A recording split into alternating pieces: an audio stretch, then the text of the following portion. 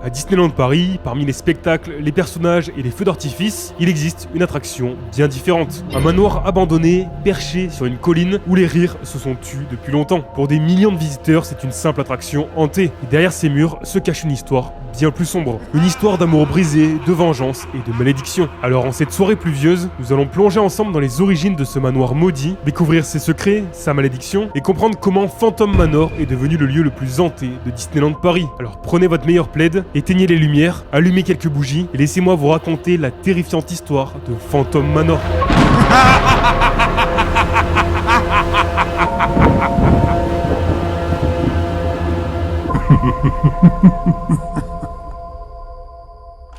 Les origines. L'histoire commence avec un certain Henry Ravenswood. Né en 1795, Monsieur Ravenswood était un colon qui, en pleine conquête de l'Ouest, a trouvé de l'or dans une grande montagne nommée Big Thunder Mountain. Grâce à cet or, il fonda une compagnie minière qu'il nomma la Thunder Mesa Mining Company et qui entraîna par la suite la création de la ville de Thunder Mesa. Cette ville se construisit petit à petit avec différents mineurs et leurs familles qui trouvaient refuge près de cette mine pour travailler au sein de la Thunder Mesa Mining Company. Grâce à cette entreprise, Henry Ravenswood devint riche, très riche même, et il fit construire un manoir victorien au sommet de la plus haute colline de la ville, plus connue sous le nom de Boot Hill, juste en face de la ville de Big Thunder Mountain et surplombant la ville de Thunder Mesa pour toujours garder un œil sur ces deux dernières. Dans ce manoir, il éleva avec son épouse Martha Ravenswood leur fille Mélanie, née en 1842. Cette petite ville de l'Ouest américain se développa petit à petit et la vie suivit son cours. Mais malgré tout, une légende commença à circuler à Thunder Mesa, une légende concernant la mine de Big Thunder Mountain. La légende de l'oiseau tonnerre dans Big Thunder Mountain. Dans la ville de Thunder Mesa, une rumeur se propagea petit à petit chez les habitants, et celle-ci finit par arriver aux oreilles d'Henry Ravenswood. Cette légende racontait que selon les Amérindiens qui peuplaient ces terres bien avant l'arrivée des chercheurs d'or, au sein de la montagne de Big Thunder Mountain vivait un oiseau tonnerre, un puissant esprit gardien d'un trésor. Cette légende expliquait que quiconque tenterait de dérober le trésor de l'oiseau tonnerre réveillerait cet esprit et subirait les foudres de sa colère. Une colère si puissante qu'elle provoquerait un énorme tremblement de terre qui ébranlerait la ville de Thunder Mesa et ses habitants. Autrefois, les Amérindiens vénéraient cette divinité qui vivait dans les profondeurs de la montagne. Ils considéraient l'oiseau tonnerre si puissant qu'il serait capable de déchaîner les éléments. Pourtant, Henry Ravenswood, lui, il ne crut pas à ces histoires, qui pour lui étaient de simples balivernes qui tentaient de le limiter dans sa conquête de la mine de Big Thunder Mountain. Monsieur Ravenswood comptait bien tirer profit de cette mine et de ses ressources précieuses pour s'enrichir au maximum. Et pendant un certain temps, les affaires étaient plutôt bonnes, très bonnes même. Sa fortune grandissait à vue d'œil et les habitants pouvaient la contempler avec son grand et majestueux manoir surplombant Thunder Mesa où il vivait avec sa femme et sa fille. Il ignora cette légende et continua d'exploiter de plus en plus cette mine qui était maudite. Mélanie et ses prétendants. Nous voilà à présent quelques années plus tard, en 1860. Mélanie a maintenant 18 ans et est en âge de se marier. Et de par sa beauté et l'influence de sa famille, et notamment de son père, Mélanie eut plusieurs prétendants, 4 prétendants précisément. Malheureusement, ces 4 prétendants n'atteignirent jamais le mariage et décédèrent prématurément, à chaque fois dans des conditions aussi mystérieuses que tragiques. Parmi eux, on pouvait retrouver Barry Cloud, qui fut pourchassé par un ours qui le força à grimper dans un arbre, et selon certains, il n'en serait jamais descendu. Le capitaine Rowan D. Falls, spécialiste de la navigation en rivière et qui pourtant se retrouva piégé par le courant et s'est vu précipité dans une chute d'eau mortelle. Ignatius Knight, dit Iggy Knight, responsable de la mine de Big Thunder Mountain, qui fut soufflé par une explosion alors qu'une allumette destinée à allumer sa pipe fit exploser des bâtons de dynamite. Et enfin, Sawyer Bottom, possesseur d'une scierie qui se fit trancher en deux par l'une de ses propres scies circulaires.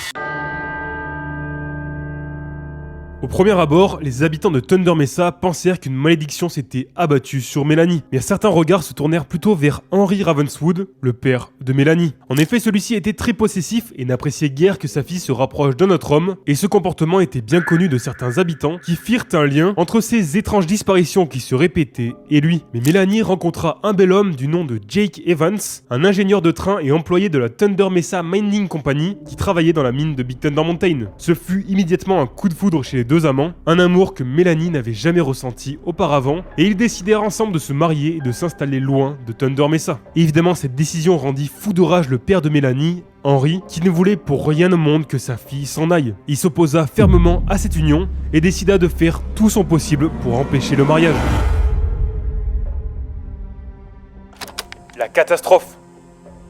Quelques mois plus tard, à la veille du mariage, le soleil se lève sur la ville de Thunder Mesa, annonçant une très belle journée. Mais tout d'un coup, un grondement puissant et assourdissant provenant de la mine de Big Thunder Mountain se fit entendre dans toute la ville de Thunder Mesa. Un tremblement de terre ébranla la ville, la détruisant en grande partie. La prophétie des Amérindiens venait de se réaliser. L'oiseau tonnerre s'était réveillé et déferla sa colère sur la ville de Thunder Mesa, emportant par la même occasion Henry et Martha Ravenswood, qui perdirent la vie dans ce tremblement de terre dévastateur, laissant derrière eux seuls leur fille, Mélanie. L'événement entraîna évidemment la fermeture de la mine de Big Thunder Mountain, même si certains habitants de la ville affirment que d'étranges phénomènes s'y déroulent encore aujourd'hui, et selon certains, une fois la nuit tombée, d'inquiétants bruits sortiraient de la mine, des bruits de mineurs alors que la mine est abandonnée depuis plus de 100 ans. Dévastée, Mélanie décida quand même de maintenir le mariage en donnant rendez-vous à son cher et tendre amour le lendemain. Mais le lendemain, en cette belle journée de mariage, une ombre fit son apparition au-dessus du manoir. Le jour du mariage.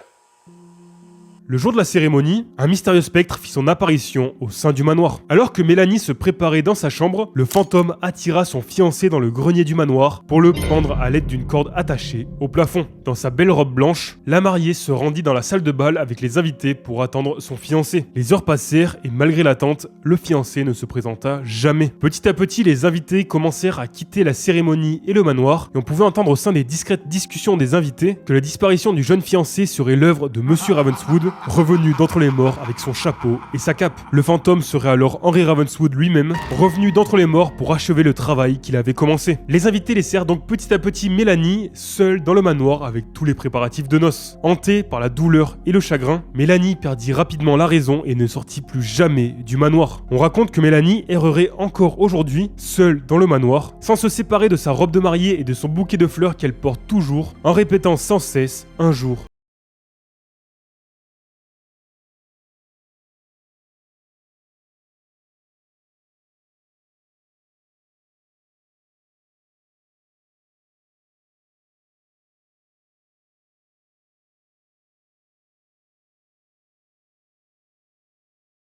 Le spectre, toujours présent dans le manoir, se moqua éperdument du malheur de sa fille. Son objectif à lui était accompli. À l'intérieur comme à l'extérieur, le manoir subit le passage du temps et son état se dégrada. Des toiles d'araignée aux plantes envahissantes dans le jardin, en passant par la rouille et la perte des couleurs vives du manoir pour laisser place à une demeure inquiétante. Plus personne ne mit jamais les pieds dans le manoir. Celui-ci étant renommé par les habitants de Thunder Mesa, Phantom Manor. Certains racontent même que Mélanie est bel et bien présente dans le manoir, toujours à la recherche de son fiancé, et que partout où elle se rend, les souvenirs de son mariage reviennent. Alors que le fantôme hante les lieux, condamnant sa fille à vivre une vie de futur marié pour l'éternité, l'incantation d'une certaine Madame Léota dans une boule de cristal fit apparaître toutes sortes de créatures, démons et fantômes venus d'outre-tombe pour envahir le manoir et se mêler à une fête interminable. Le tremblement de terre qui emporta les parents de Mélanie, il y a plusieurs années maintenant, a provoqué un énorme déchirement sur la vieille ville de Thunder Mesa, et la légende raconte que les ruines des bâtiments désertés, situés au-delà du manoir, ont pris le nom de Phantom Canyon, et que quiconque tenterait de se rendre au sein de cette ville fantôme la nuit n'en reviendrait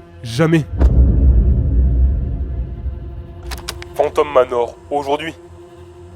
Aujourd'hui, personne ne sait si Mélanie Ravenswood est encore vivante, mais les habitants racontent différents phénomènes étranges qui entourent le manoir. Les nuits de pleine lune, d'après certains habitants de Thunder Mesa, il est possible d'entendre la mélodie mélancolique que fredonne Mélanie, ou encore d'entendre le rire démoniaque du fantôme qui traverse les murs de la demeure. Certains expliquent même qu'il est possible d'apercevoir une lumière qui se promène une fois la nuit tombée à l'étage du manoir, ou même d'apercevoir Mélanie dans sa robe de mariée. Les phénomènes étranges semblent même se retrouver jusque dans le cimetière derrière le manoir, où il est possible apparemment d'entendre des bruits comme des battements de cœur émanant d'une tombe. Ou alors est-ce des coups contre la paroi pour appeler à l'aide? Est-ce Mélanie? Quelqu'un d'autre? Personne ne le sait vraiment. Quoi qu'il en soit, le manoir et la mine existent toujours aujourd'hui, et certains courageux s'y aventurent même. Les quelques récits des rares courageux qui ont pu ressortir du manoir expliquent que les esprits de Mélanie et du fantôme hantent désormais le manoir, et ce depuis de nombreuses années, et que Mélanie attendrait son amant jusqu'à la fin des temps, tandis que quiconque voudrait l'épouser connaîtrait un funeste destin, puisque d'après les dires, le fantôme ne serait jamais bien loin lorsque Mélanie apparaît. Certains évoquent même qu'une fois à l'intérieur du manoir, il se serait senti comme quelqu'un d'autre. Nous sommes le fiancé. Encore aujourd'hui, un mystère plane autour de Mélanie. Est-ce bien Henry qui a tué les prétendants de sa fille, ou alors est-ce Mélanie elle-même? Mélanie est-elle toujours vivante, bloquée dans une sorte de boucle temporelle, en devant vivre éternellement la même journée, ou est-elle devenue un fantôme parmi les nombreuses créatures étranges du manoir? Ce qui nous permettrait de comprendre pourquoi celle-ci ne vieillit plus, qu'elle disparaît des tableaux de la galerie des portraits, et pourquoi elle apparaît aux côtés des courageux aventuriers qui sont entrés dans le manoir à la fin de leur périple. Mais au-delà de ce mystère, et si les rares courageux qui osent pénétrer dans les murs de ce manoir avaient en réalité une mission? Et si nous étions le fiancé de Mélanie? Nous vivons en réalité cette aventure à travers les yeux du fiancé qui aurait finalement échappé aux fantômes et qui reviendrait sauver sa bien-aimée. La salle secrète dans laquelle nous pénétrons serait en réalité un piège tendu par le fantôme pour nous enfermer dans son manoir. Les portraits que l'on peut voir dans cette salle seraient en réalité un premier avertissement de la part du fantôme. D'ailleurs, avant la grande rénovation de Phantom Manor en 2018, le fantôme apparaissait en haut de la salle secrète avec le fiancé pendu. Mais depuis 2018, seul le fantôme apparaît corde à la main, comme nous invitant à le rejoindre. Mais s'il n'y a plus personne au bout de la corde, c'est peut-être parce que nous sommes le fiancé et que cette corde nous est destinée. Après s'être finalement échappé de ce piège, les avertissements continuent avec les tableaux de ce long couloir qui se transforment en réelles menaces. Mais tout au long de notre parcours, Mélanie ne semble pas nous voir. Pourquoi? Peut-être tout simplement parce que Mélanie est devenue un fantôme, ou alors que l'esprit d'Henry Ravenswood, revenu d'entre les morts sous la forme du fantôme, et par son emprise sur sa fille, nous rend invisibles à ses yeux pour nous empêcher justement d'interagir avec elle. C'est pourquoi chaque apparition de Mélanie s'accompagne par la présence de son père, qui s'assure que nous ne puissions pas interagir avec elle.